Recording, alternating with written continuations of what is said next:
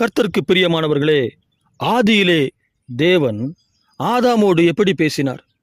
எந்த உருவத்தில் பேசினார்? அவனோடு தேவன் தன்னுடைய சாயலிலே, தன்னுடைய சொந்த சாயலிலே தேவன் ஆதாமோடு கூட பேசினார். அவன் கீழ்ப்படியாமல் போன பின்பு தேவன் அவன் செவிகள் கேட்க, அதன் பின்பு வந்த சந்ததிகளிடத்தில் அவர்கள் செவிகள் கேட்க பேசினார். அவரிடத்தில் முகமுகமாக பேசினார். அதன் பின்பு ஒரு தரிசனத்தில் பேசினார். அதன் பின்பு சொப்பனத்தில் பேசினார்.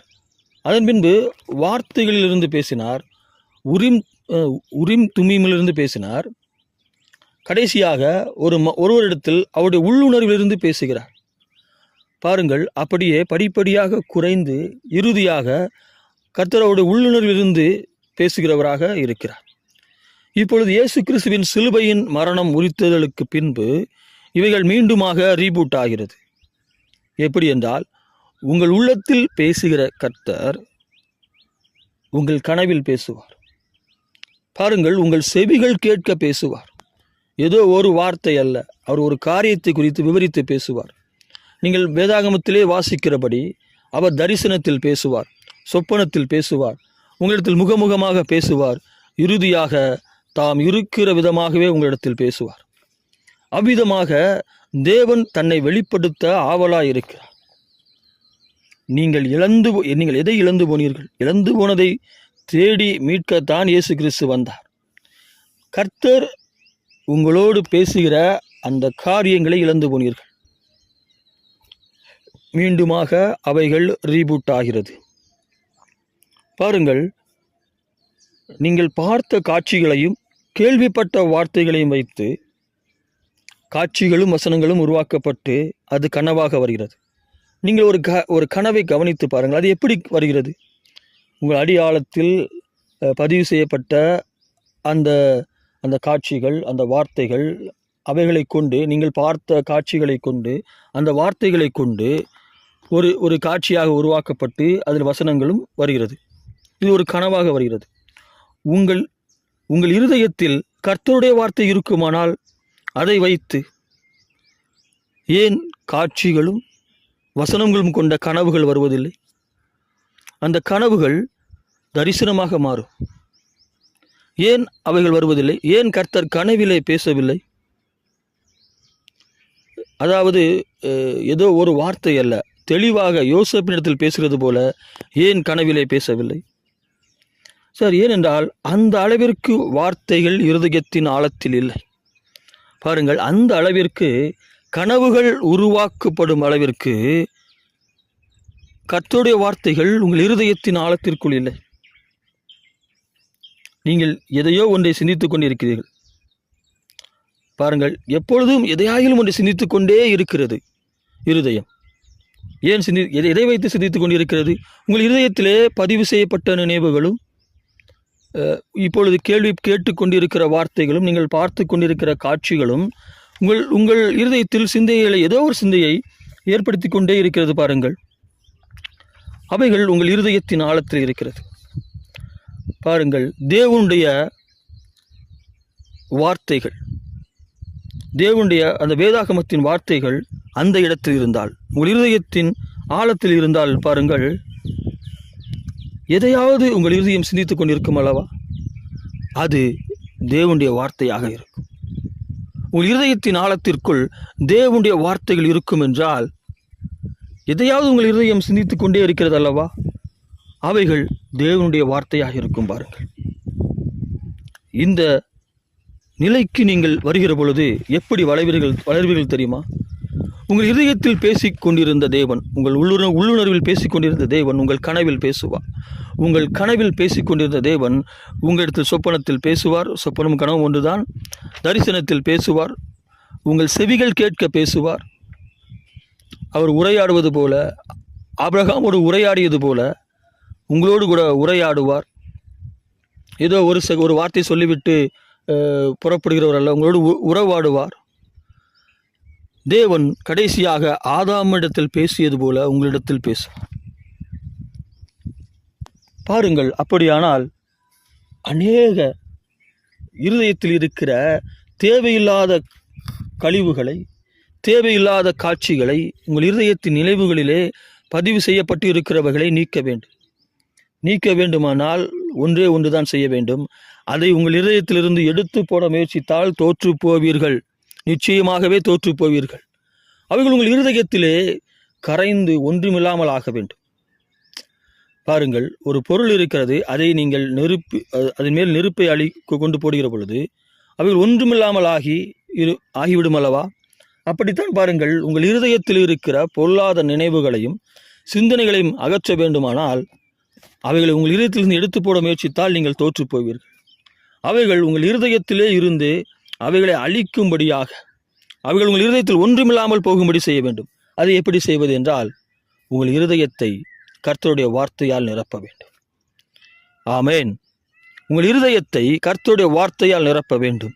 அநேக தேவனுடைய வார்த்தைகளை படிக்க வேண்டும். தேவனுடைய செய்திகளை, அவரை குறித்து பேசுகிற செய்திகளை கேட்க வேண்டும். உங்கள் இருதயத்திற்குள் தேவனுடைய வார்த்தைகளை எவ்வளவு மனப்பாடம் செய்கிறீர்களோ, எவ்வளவு வார்த்தைகளை நீங்கள் படிக்கிறீர்களோ, தியானிக்கிறீர்களோ, அப்பொழுதுதான் பாருங்கள், உங்கள் இருதயத்திற்குள் இருக்கிற அழுக்கானவைகள், நீங்கள் நினைக்கிற பொல்லாத எல்லா காரியங்களும் உங்கள் இருதயத்திலே அப்படியே கரைந்து விடும். அது ஒன்றுமில்லாமல் போகும். இனி அவைகள் உங்கள் இருதயத்திற்குள் இருப்பதற்கு இடமில்லாமல் போகும். பாருங்கள், நீங்கள் சூரியனை தொட வேண்டுமானால் என்னவாக வேண்டும்? நெருப்பாக மாறினால்தான் சூரியனுக்குள் வாசம் செய்ய வேண்டும், வாசம் செய்ய முடியும். அப்படித்தான் பாருங்கள், உங்கள் இருதயத்திற்குள் ஒரு சிந்தை வாசம் செய்ய வேண்டுமானால், ஒரு நினைவுகள் தங்கியிருக்க வேண்டுமானால் அவைகள் தேவனுடைய வார்த்தையின்படி இருக்க வேண்டும் என்கிற நிலை உங்கள் இருதயத்திற்குள் உருவாகும். நீங்கள் தேவனுடைய வார்த்தையை படிக்க, தேவனுக்கு முக்கியத்துவம் கொடுக்க, அவரோடு கூட நீங்கள் பழக, தேவனுடைய வார்த்தையை படியுங்கள். பாருங்கள், ஒரு ஆங்கிலம் தெரிந்தவரிடத்தில் நாம் எப்படி பேசுவோம்? ஒரு ஆங்கில மொழியில் பேசுவோம், அப்படித்தான் அவருக்கு புரியும் அல்லவா? அப்படியானால் தேவன் உங்களிடத்தில் பேச வேண்டுமானால் நீங்கள் தேவனுடைய வார்த்தைகளை படியுங்கள். தேவ மனிதர்களிடத்தில் தேவன் பேசின காரியங்களை பைபிளில் எழுதப்பட்டு இருக்கிறது, அவைகளை நீங்கள் படியுங்கள். அப்பொழுதுதான் அவர் உங்களிடத்தில் அந்த மொழியில் பேச முடியும். நீங்கள் அதை படிக்காவிட்டால், வேதாகமத்தை நீங்கள் படித்து கொண்டே இராவிட்டால், அதன் மீது உங்களுடைய ஆர்வம் குறைந்திருந்தால் எப்படி தேவன் உங்களிடத்தில் பேச முடியும்?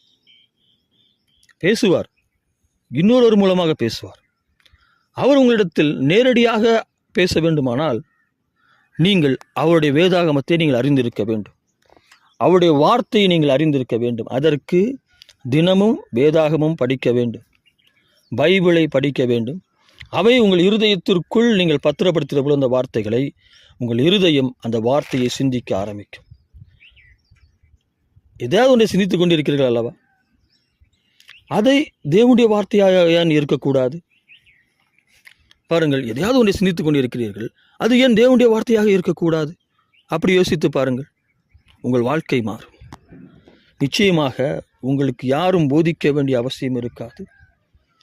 கர்த்தருடைய ஆவியானவரே உங்களுக்கு போதிப்பார். இப்பொழுது இந்த போதனையை கேட்கிறீர்கள், கடந்து விடுகிறீர்கள்.